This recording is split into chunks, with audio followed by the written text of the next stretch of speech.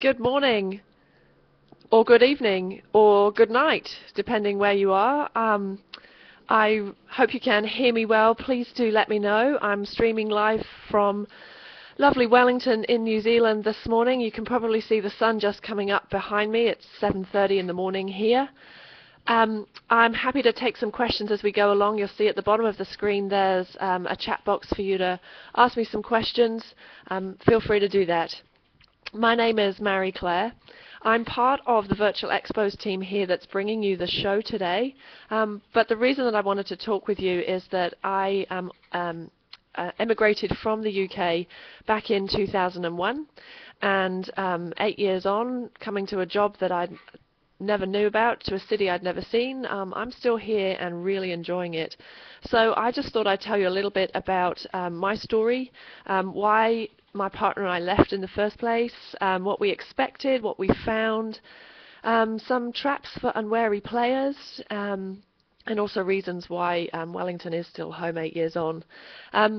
First of all, I hope you can see the slideshow picture next to me. This is a shot that I took last year when I went back home, which is near Bath in Somerset.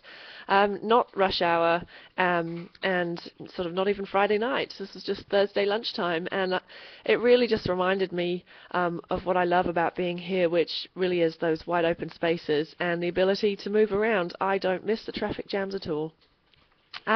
So why did we leave? Well, I actually can't pinpoint the specific moment. I don't actually remember the conversation when we said, shall we emigrate? Yes, how about New Zealand? It was quite a fluid process, but really, and we actually had a toss-up between Canada and New Zealand and filled in the immigration application forms at the same time, and then waited to see which one came back first. We just wanted out of the UK. For me, I had a hankering back then to work in the public service and didn't want to do that up in London. And my partner, I think, was born in the wrong country. He loves the water and loves to be in the water, on the water, around the water, and we just weren't getting enough opportunities for him to do that in England.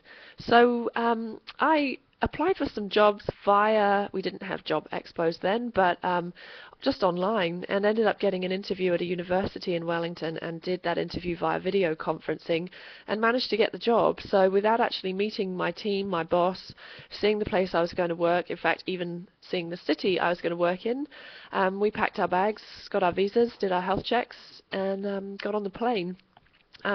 Getting on the plane was a bit of a challenge because I thought that when you emigrated you could bring more baggage. I don't know where I read that, but that was one of the little fantasies I had in my head. And so we turned up to Heathrow Airport with overweight baggage, and we were charged £1,800 for that, until I burst into tears and told them that I was emigrating, and we managed to squeeze it through and put it in 65 holdalls, and then we managed to get it through, and I think we only paid about £40, so that was good. So there's the first trap. You don't get extra baggage. But we arrived, and we'd visited before, which was a really great idea, but we'd only visited Auckland and Tauranga. So that's in the top of the North Island, and we'd never come down to Wellington. So the journey down from Tauranga to Wellington was, every twist and turn was new to us. That was probably one of the most exciting things. We had no idea what we would see around the corner. Volcanoes, desert. It was just brilliant. But then we got to Wellington, and we actually got quite shocked. Wellington is it's a compact city built on the hills. There's quite a lot of old villa-style houses here, and we were used to Tauranga and Auckland that we'd seen, which were much more newer and sort of spread out. And so it was quite a shock, but we settled in pretty quickly and have really, really come to love the country.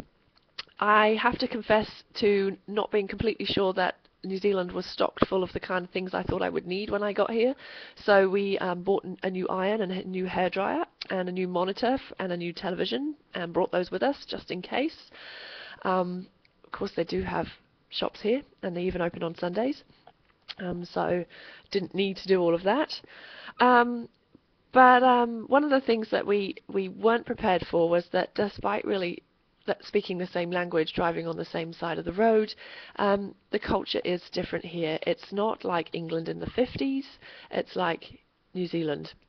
And to really put my finger on it, I think it's For me, it feels maybe a little bit less pretentious, maybe a little bit more open, sort of more welcoming, and more sort of let's just get on and do it. So not worrying so much about what's happened before or the way that we do things, but just really kind of getting stuck in.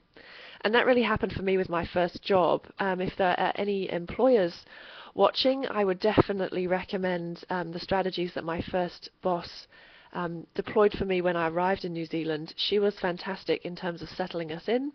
She ran events for us every Friday night where she invited different crowds of people to come and meet us, and she made people bring different bits of New Zealand type food or sweets that we hadn't seen before.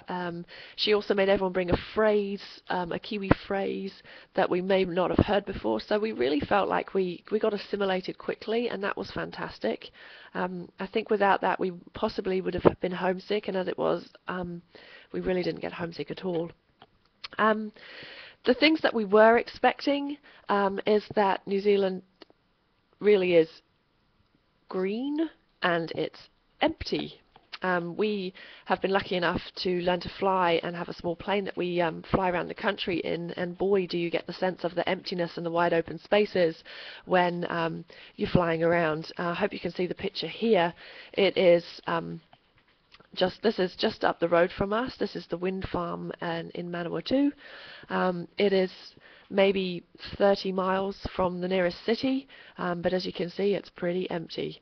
No fences around things, no walls around things, and driving up and down the country is pretty straightforward. There's kind of 4 roads, so don't really need your GPS system here. It is also, for me, I have found it very safe. I haven't had anything like the contact with crime that I had in the UK, even living in rural England. Maybe that's chance, maybe that's luck, but it's certainly what we expected when we came here, and it's definitely been fulfilled. I feel very safe walking around at night. I feel very safe in the city pretty much all the time, so I'm very grateful for that. Something we weren't expecting and really didn't have any idea of was the connection to the Pacific culture. I mean, I have to confess, other than the All Blacks, I didn't really know anything about what New Zealand culture was about here. I didn't understand the sport fascination. I didn't understand the Pacific connection. I didn't realize the relationships between the other Pacific islands and the history of immigration between those islands that has really led to the cultural mix that we have here. So that was quite a surprise for me, and yeah, it took me a while to get used to that. On the flip side of that, of course, though, those Pacific islands are like, they're very close to us and we can travel to them quite easily. Fiji used to be an absolute dream holiday, and now it's one of the cheapest offshore holidays that you can do here. It's almost like the Kiwi version of the Costa Brava. It's not as glamorous as when I was in England. There are some other beautiful Pacific islands nearby that we can visit. I would say the traps for unwary players really are, yes, we speak the same language here, yes, we drive on the same side of the road as England, but the culture is very different. The value system is different. People don't care so much what car you drive, what designer clothes you wear. There are very few designer shops. The putting the stock on those kind of things is different. People entertain a lot at home. The pub culture is not the same here. If we go out, we go to cafes for brunch. Going out for breakfast is a very big deal. And I think the other thing is there are opportunities here all over the place, and you can really, really take them. There aren't that many people, so it's very, if you're ambitious, you can really strive to the top. You can also take advantage of opportunities to try things out and do things differently without fear of reprisal, really. I'm now living on a boat. This boat here, we brought her back from Australia, and we're renovating her now and hopefully turn her into a gin palace and move off and live in the Pacific Islands. I would never have dreamed of being able to do that 9 years ago, and now it just seems like a process to go through. Like I say, we're also flying around the country in a little plane, and I've been able to start my own business too, two businesses in fact, with a team of people here who are ambitious and really wanting to showcase New Zealand to the world. So very lucky, very glad to be here, have really done our best to join in and take part, and learn what makes this country really special. So any questions, I'm happy to take them, or I'm back at the Expo NZ booth shortly. Have a wonderful time looking round, and hope to see you in New Zealand soon.